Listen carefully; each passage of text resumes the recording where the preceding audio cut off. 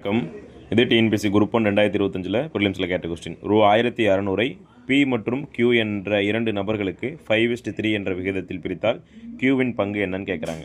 So நமக்கு option என்ன கொடுத்துருக்காங்க? 900, 600, 1000, 1200 அப்படின்னு கொடுத்துருக்காங்க.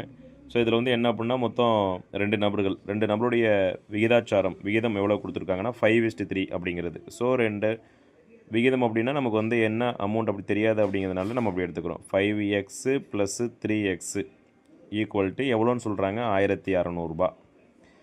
ஸோ நமக்கு அந்த அமௌண்ட்டு தெரியாத அப்படி வச்சுக்கிறோம். அப்போ 8x ஈக்குவல் டு 1600 ரூபா. அப்போ எக்ஸ் வந்து 1600 டிவைடட் பை 8.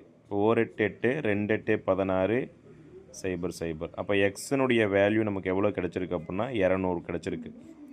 இது வந்து ஒரு பங்குனுடைய தொகை வந்து 200.